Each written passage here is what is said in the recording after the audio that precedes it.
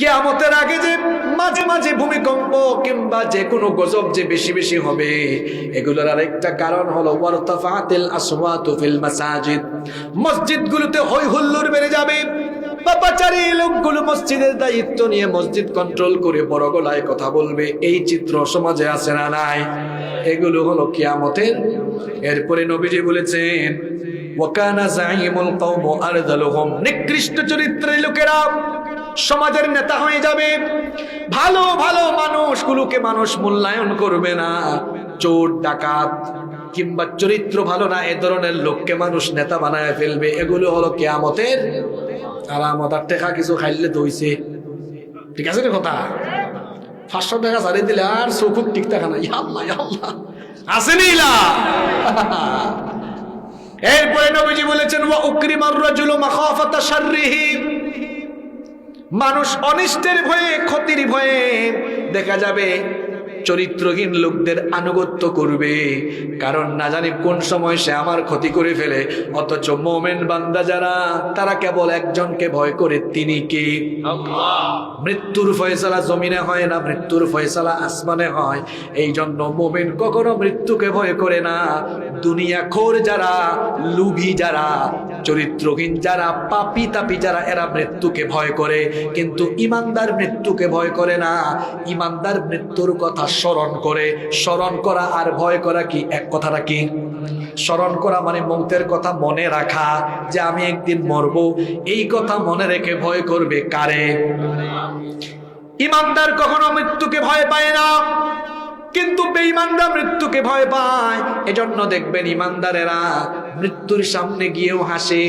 ইমানদারদের অবস্থা এমন হয়, মরে যাবে কিছুক্ষণ পরে তাও জালিমের সামনে মাথা নত করে, কারণ ইমানদার জানে মৌত আমার জন্য এটা খারাপ বিষয় নয়। কারণ ইমানের পথে থেকে আমি যদি মৌতের স্বাদ নেই, মরার পরে জান্নাতে আমাকে যিনি দিয়ে দিবেন তিনি কি? মৌতকে তো ভয় পায় তারা বেনামাজি, সুদখোর, ঘুষখোর, চরিত্রহীন, চোর ডাকাত, পাপী তাপী যারা, ঠিক কিনা? কারণ এদের মৌতের পরে অবস্থা ভালো না খারাপ, এই জন্য এরা মরতে চায় না। আমার জাতীয় কবির একটা কবিতা মনে পড়ে গেল, বলবো? তিনি লিখেছেন উহারা চাহু দাসের জীবন, আমরা শহীদি দরজা চাই। নিত্য মৃত্যু ভিতরা, আর মোরা মৃত্যু কোথায় খুঁজে বেড়াই। কারণ আমরা যারা ইমানদার, আমরা মনে করি মৌত এটা তো একটা সাঁকো, একটা সেতু, এটার মাধ্যমে দিদার হয়ে যাবে কার সঙ্গে? আরো আসতে হোক, কার সঙ্গে? এজন্য আমরা ভয় করি কাকে? আরো জোরে বলেন। এজন্য আমাদের পূর্বপুরুষরা মৃত্যুমুখী, সামনে জ্বলন্ত কয়লা, উত্তপ্ত গরম পানি, বলা হয়েছে এই ঈমান ছাড়ো, নইলে আগুনে পুড়ে মরার জন্য প্রস্তুত হও। হুমকি দেওয়া হয়েছে হয় ঈমান ছাড়ো, নইলে গরম তেলে আমাদেরকে দেখায় লাভ নাই। আমাদেরকে তোমরা মেরে ফেলতে পারবা, আমাদের কাছ থেকে জীবন কেড়ে নিতে পারবা, কিন্তু ঈমানের দৌলত কেড়ে নিতে পারবা না।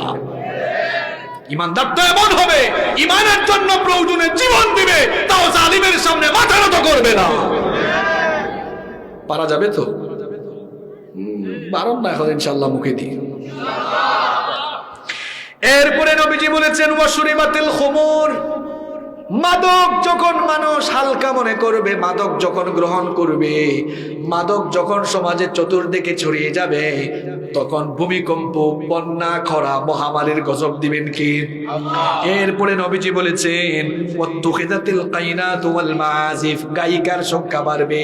গান বাজনা যখন বেড়ে যাবে, তখন মানুষ ফিতনায় ডুবে যাবে, আর তখনই কিয়ামত দোরগোড়ায় চলে আসবে, ভয়াবহ কিছু গজব নেমে আসবে। এখন গান বাজনা কম না বেশি?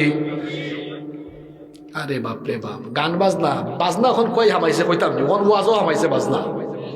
আপনারা বুঝছেন না কিলা হামাইছে? বুঝাই দিই। ও যে ওটা মাত্রাম আমি দেখা যার দরুকা 1-1.5 ঘন্টার ওয়াজত 3-4 মিনিটের কিছু কথা আছে, এটা যুবক হল লাগি খুব মোটিভেশনাল ওটা খাইটা, আর ফিসে দিয়ে দিলাইছে ব্যাকগ্রাউন্ড মিউজিক। মাতঙ্কা আছে রে, এটা হইল শেষ জামানার ভয়াবহ ফিতনা। ঠিক তো হইরা, যারা হইরা ও জোয়ান ফেন কথা করেন, খবরদার রে ভাই, বাজনা এটা হারাম করে দিছন খেয়ে। তোমরা কই হারাইছো করছেন? আমার আব্বা ওকে রাগ করেন না জানা, আপনারা কিটা তোমরা কইতাম পারবো না। আমি তো অত বড় বিয়াদব নিও তাও ফুরু ফুরু হইতে রে কইরাম তাই হর রাইতা যে টিকটক চালাই না আর ফুরিন তো আরো বেতালা টিকটক হায় মাশাআল্লাহ। কিতা টিকটক আপনারা গাউত মনে নাই? কম আছে মনে না না আছে? আরে বাপরে অকুর হুরু জানতে যে মোবাইল চালায় ইতা ইলা মোবাইল স্ক্রলিং করতাম আমরাও পারি না। তারা হক করতেছে না। এইদিন ক্লাস 8 ফাইয়া হয় হুজুর আপনি আমার ফেসবুকে এড দিলা না? কইলাম কিতা এড দিছি না? ফেসবুক কইলাম ওটা ফেসবুক বানানো করতে পারবে না। কিতা করে আমার 3টা আইডি। কইলাম রে বাবা তুই এইটা পড় রে, আমি যখন এইটা পড়ছি আমার এত বড় মোবাইলও আছে না। আমরা ইউনিভার্সিটি যখন পড়ি তখন বাটনওয়ালা মোবাইল ইউজ করছি। আর অঙ্কুর ফুচকা ফুচকা ফুয়া ফুরিনতেছে তা চিনই। ও দেখলাম দিঘা 2 ফুয়ার ফুরিন দেখলাম কতদিন ধরে ফেসবুকে কিতা আরাম বইছে টুকাই ফুয়া টুকাই ফুরি। হায় রে হায় দুনিয়ায় যে কুম্বায় যা চিন্তা করা নেই আপনারা। এটা কিয়ামত আরো যে দেখো কিয়ামত অঙ্ক কইবা হুদুর ইত্যাদি আপনার কইটা দলিল কয় কিয়ামতের আলামত। ও হুনুক্কা হাদিস কইছে না আজকে জুইতর ওয়াজ হইব। ইন্না মিন আশরাতিস সাআহ। আমি যে সিলেটে কইলাম রাগ কইরা নি আপনারা? আল্লাহ রসুলে কইরা যে কিয়ামতের একটা আলামত হইল আই ইউজহারাল কওল ওয়া ইউখজানাল ফি'ল। কিয়ামতের আগে কথা প্রচার সহজ হইব, খাম দইরা রাখা সহজ হইব। এই কথা যখন নবী যে কইছেন তখন দুনিয়াত বিজ্ঞানের জন্ম হইছে নি? নবী যে কইছেন কথা প্রচার করা সহজ হইব। আমি যখন ফুরু আসলাম স্কুলে পড়তাম, আমরা বাপ চাচা চাচাইন বিদেশ থাকতা তো দেখতাম বার্তা কি চিঠি লেখতা, প্রিয় ছোট ভাই আশা করি ভালো আছে। আরে ল্যাম্প জ্বালাইয়া পরীক্ষল জ্বালাইয়া চিঠি লেখা হইতো। ঠিক আছে নি কথা? এর বাদে আইলো এমন একটা মোবাইলের যুগ উফরে দি এন্টিনা লাগাইয়া মানুষের মোবাইল চালাইতা। আপনারা মনে আছে নি? তা এন্টিনা লাগাইয়া মোবাইল। এর বাদে এন্টিনার তার মাঝে ফেলাচ্ছেন কইয়া। বাদে আইলো লম্বা লম্বা মোবাইল। আছেন না নেই? আমরার ঘরে মোবাইল আছে। এটা আমিও গিয়া সেও যখন দেখতো না আমি আলট্রা ছাত্র নিতাম।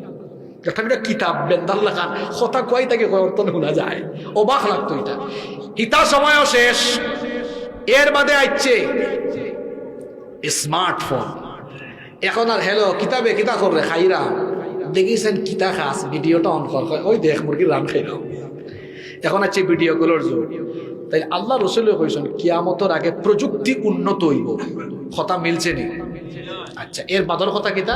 নবীর যে কইনা প্রযুক্তি উন্নত হইব ঠিক আছে, কিন্তু আমার উম্মত হল আখিরি জমানাত ও প্রযুক্তির মাঝে ডুব দিয়া ইবাদত থাকি গাফেল হয়ে যাবে।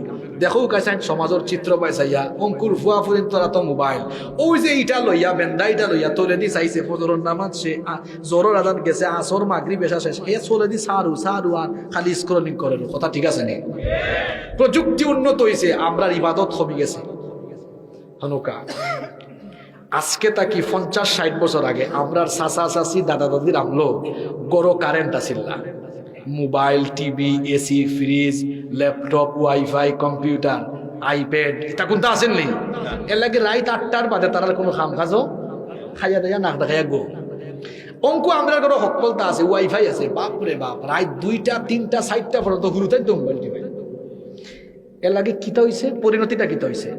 ও দেখো আমার চাচা হলো বয়স কিন্তু এখনো ফিজিক্যালি ফিট।